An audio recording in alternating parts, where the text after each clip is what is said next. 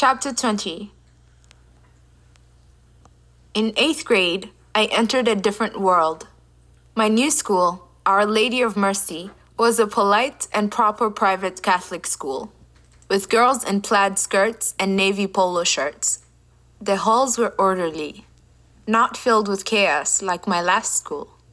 At this point, I could hold my own speaking English. The kids seemed friendly. They were mostly white. They did not seem openly hostile toward me, like some of the kids at my last school, although I could see certain girls sizing me up, judging me. At Mercy, I began to understand a lot of things about America, and about being Black in America. I made 3 new friends quickly: Leah, Mackenzie, and Shantavia. Leah and Mackenzie were white, both shy. Mackenzie looked like a Disney princess.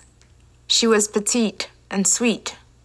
She looked like someone who would walk around with a halo of cheerful birds singing over her head. Shantavia was Black and super smart, a bit nerdy. They were kind to me and patient.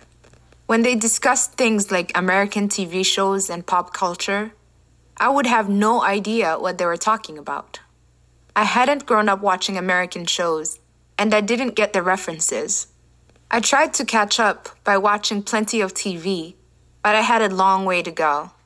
There were so many cultural disconnects, but my friends accepted me. They hadn't really hung around one another until I came along, and we became our own little group.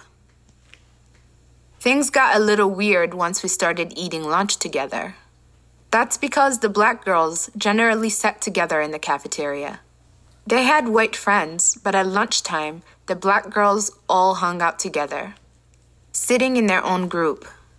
I could sense that they felt I should be sitting with them, but also they knew I didn't really belong. I didn't belong with the white kids either. I could feel that mysterious divide between Black and white again, just like at my last school, and I didn't understand the reason for it. In the cafeteria, my friends and I sat at the end of the table where the Black girls sat. Shantavia was friends with the Black girls, but sat with us. She had always done her own thing. Gradually, I got to know the Black girls from sitting at that table. The Black girls spoke with an urban lingo I did not know, and they sometimes said I sounded white, just like the kids at my last school had said. When they said this to me, I would say, "What do you mean?" It was frustrating. I started to think, am I not being a good Black person? I really wanted to fit in with them. I wanted to be Black and to make Black friends. I wanted to be friends with people who looked like me. I wondered if they assumed I was from a wealthy white district because of the way I spoke. Of course, that could not have been further from the truth. Eventually, I started trying to sound Black when I talked to them. I'm sure I sounded ridiculous. It's amazing that they didn't laugh me out of the school. Still, I kept trying. It got to a point that I would switch the way I spoke, depending on whether I was talking to someone Black or white. Except among my good friends. I was hardly even aware that I was speaking differently to different people. I was trying to belong in both groups, but I belonged in neither. I looked Black, but I sounded white. I also noticed that the white and Black kids talked about different topics and read different books. The Black girls read popular Black teen novels. The white girls read Harry Potter. I realized that race was a very big deal in America. There were so many expectations about how I was supposed to act, who I was supposed to be. I couldn't figure out my identity. No one said, "Here's your manual. Here's how to be Black." I was not well versed in American history, but I had learned the basics in school in Africa. I knew things like the names of presidents and states. I knew that slavery had happened, but I didn't know all the details. I couldn't say how many times Martin Luther King Jr. had been arrested. It wasn't part of my history. And the American kids knew nothing of my history in Africa. Some of them seemed to assume I had grown up in a jungle. One day, a girl asked, "Sandra, were you surprised when you saw shoes for the first time in America?" I was so offended and embarrassed, I cried, as if I had never seen a pair of shoes until I came to America. One of my teachers, Mr. Desane, overheard the conversation and told the girl her remark was inappropriate and she had to apologize. The girl's comment was not unusual. Kids often ask me things like that. I would be sitting in the lunchroom and someone would ask, "What did you wear in Africa?" Guess what? We wore clothes. We drove around in cars, and planes go there too. Sometimes I would have a little fun with my answers, saying, "We wore grass skirts and bras made of leaves.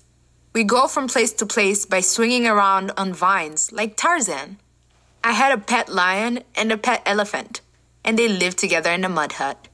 My parents were so wealthy, my siblings and I each had our own individual mud huts, if you can believe it. Oh, and I had a monkey that talked." Sometimes the kids would ask if I believed in God, and they seemed dubious when I said yes, as if there were no religions in Africa. I suppose it's not so surprising that the kids thought people from Africa were from Mars. The images of Africa on American TV were all the same. There were the ads for charity groups showing a white lady holding a starving black child, flies landing all over the kid. Indeed, Africans might be poor, but we know how to sweat flies. Then there were the features focusing on some remote and obscure rural tribe. And if Africa ever made the evening news, it was because of a disease outbreak. The news reports made it seem like we were people from a different planet, people from over there. We are all human beings. Yes, Africa has many problems, but there is so much beauty, so much goodness too. In America, the images of Africa make it seem as if it is a place where only bad things happen. Conversely, in Africa, the images of America make it seem like it is a land so divine, only good things happen. My teachers at Mercy didn't treat me any differently than the other students, and I appreciated that. They knew I was a refugee, but didn't know the details of my past. They assumed I was intelligent. They didn't talk down to me, but sometimes I wish they wouldn't call on me in class. I did not like to speak in class like I did back home when I was the confident star student. In America, I was embarrassed about my accent and worried I wouldn't find the right words in English. I dreaded getting called on to answer questions. I would sit there silently sweating. But my teachers pushed me hard, and now I can see that this was a good thing.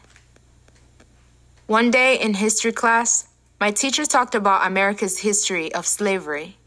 During the lesson, the white kids glanced around at the black kids. There were just a few of us in the class. I think the white kids were curious, or perhaps they were afraid that we would be offended by the topic. I didn't know how to react when they looked at me. I wanted to say, "Why are you looking at me?" It seemed as if they assumed that as a black person, I was a speaker for all black people. But I was learning the history of American slavery myself. At the same time, I didn't want to come off as clueless. I didn't want the black kids to say, "She doesn't know how to be black." I worried that I would never be black enough. And then, something unexpected happened in history class, and my classmates had an opportunity to understand something about me. We watched Hotel Rwanda, the movie about the bloody genocide in Rwanda that left as many as 1 million people dead. My teacher, who knew a little about my past, had warned me beforehand that the film would be difficult to watch, but I wanted to see it. As I began to watch it, however, I became so emotional I had to leave the class. The movie brought me back to the atrocious conflicts I had witnessed in my own life, and I needed some air. I walked the hallways, went to my locker, and then returned to class later. "Is everything okay?" my teacher asked me. "It's a little too close to home," I said. The kids in my class were shaken by the movie too. You could see it on their faces. They asked, "How could something like this happen?" I'm glad my teacher showed us the film. It's important for schools to expose kids to difficult topics like that, to help them understand what's going on in the rest of the world. I realized that my classmates cared when they saw the images of human rights abuses and war. They just hadn't been tuned in to what was happening. Since I was the only one who could speak to war in Africa, I shared a little of my story to the students for the first time. The kids were blown away. They had no idea what I had been through. I'm not even sure if they really believed me. "No way," they said. But I think on some level, we came to an understanding that day.